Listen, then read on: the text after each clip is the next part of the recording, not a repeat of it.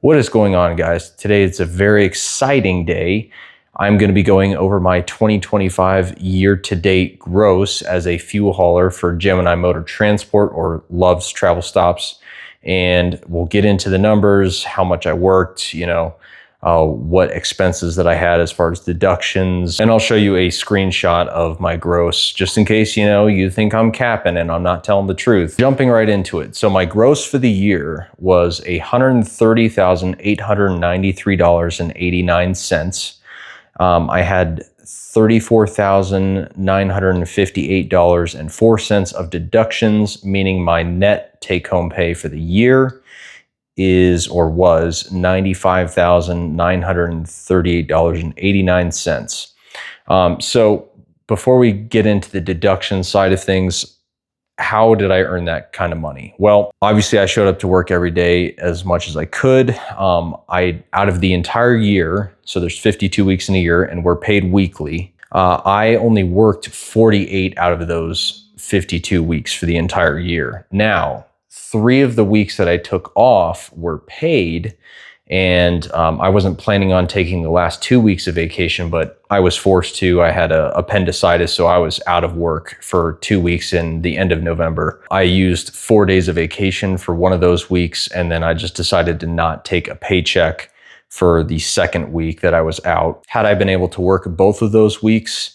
I would have made an extra somewhere between $4,000 and $5,000 on my gross. So I would have been looking at, $133,000, $134,000, give or take. And then another distinction is at the beginning of the year, I've only been with Love's for a year and 3 months, 4 months now. And so I had gotten, when I started over a year ago, September of 2024, I had gotten a sign-on bonus of $5,000. They pay that out in 2 increments. The first increment, which is $2,500, was paid out at 90 days, December of last year. And then the second increment is paid out at 180 days, or the 6-month mark, which was paid out in March of this year. And so I got an extra $2,500 on top of that paycheck that I had worked for that week, whenever it was.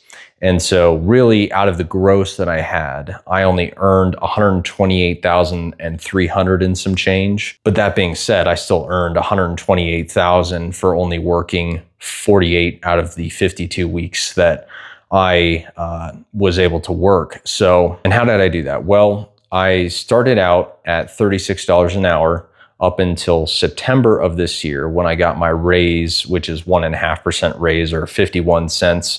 So through the entire year, up until September, I was paid $36 an hour before overtime after 40. And then after my raise, I was at $36.51. So the last, 3-4 months, that's been in effect.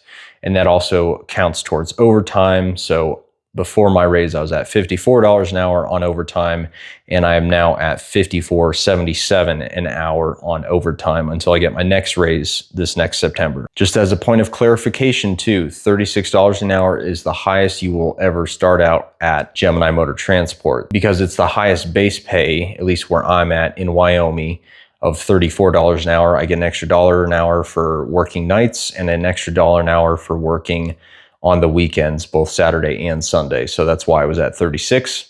And that is the highest rate that you can start out at Love's. Obviously, it's going to depend on where you're hired at. I think still the lowest pay rate we have is $27 an hour, going all the way up again to $36 an hour. And that'll depend completely upon where you're hired. The pay that starts out at $34 an hour is limited to 5 states and a couple cities that are scattered about the country. But the 5 states that are paid that much, or paid, $34 an hour base, are Washington, Oregon, Montana, Colorado, and Wyoming. There's a few cities that will also match that. Williston, North Dakota is also another place that you can get a $34 an hour base pay, but that's because it's in the middle of the oil fields, because it's having to compete with the oil field. Considering what I was paid per hour and on overtime, I worked an average for the 48 weeks that I did work this past year. I worked an average of just under 58 hours per week, and I only worked, to my knowledge, 2 6-day weeks where I was pushing my 70-hour clock. So didn't work a lot, especially coming from pilot, which was my last employer as a fuel hauler. I was averaging 64, 65 hours a week. And I would regularly, worked a 6-day, at least within my first year. I think I worked 10 or 11 6-day weeks where I was pushing my 70-hour clock. So here I'm almost working part-time in a way. So getting into some of the deductions from my paycheck. So I'll first go over some of the ancillary pay that we get, not just our regular pay rate, but some of the benefits that we also get that are also paid out monetarily. And then I'll go over some of the deductions as well. So this year I was paid a total of $2,165 in holiday pay. So we have 6 paid holidays. You get 10 hours of your regular rate, whatever it is, wherever you're hired at, regardless if you're scheduled to work or not. We're also paid $20 a month or $240 a year for having to use our phones to contact dispatch. They reimburse us every month in $20 increments. And then I was paid out $3,625 for taking vacation. Again, whether it's sick pay, vacation, or you're using your personal days, which we also get 4 of those per year. Regardless if it's personal days, vacation, or sick time, it's all paid out in 10-hour increments of whatever your regular rate is. I used 1 sick day, which is $365 for me. And then I used all 4 personal days, which was about $1,400. So, and then getting into some of the deductions, there wasn't a whole lot of deductions that I thought you guys might find interesting. So the ones that stuck out to me was I was able to contribute $6,500 into my Roth 401k this year. That came straight out of my paycheck.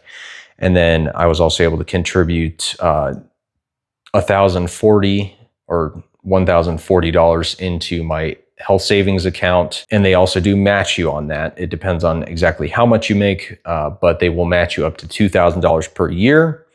I get $375 every single quarter that they will match into my health savings account. And that's, again, free money that I can use towards medical expenses. And then for the HSA plan that I have, premium, it came out to a total for the year of $4,871.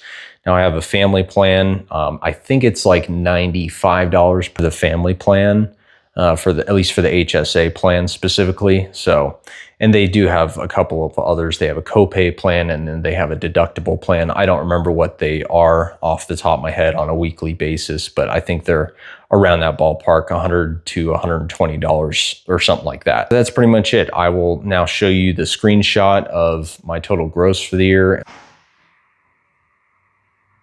So with that being said, if you guys have any other questions about how that pay breaks down, or any other questions in general, or if you have any specific videos or topics you want me to do, please let me know in the comment section down below. Otherwise, I hope you guys had a Merry Christmas and hope you have a Happy New Year as well. I will see you guys on the next one. Take care. God bless.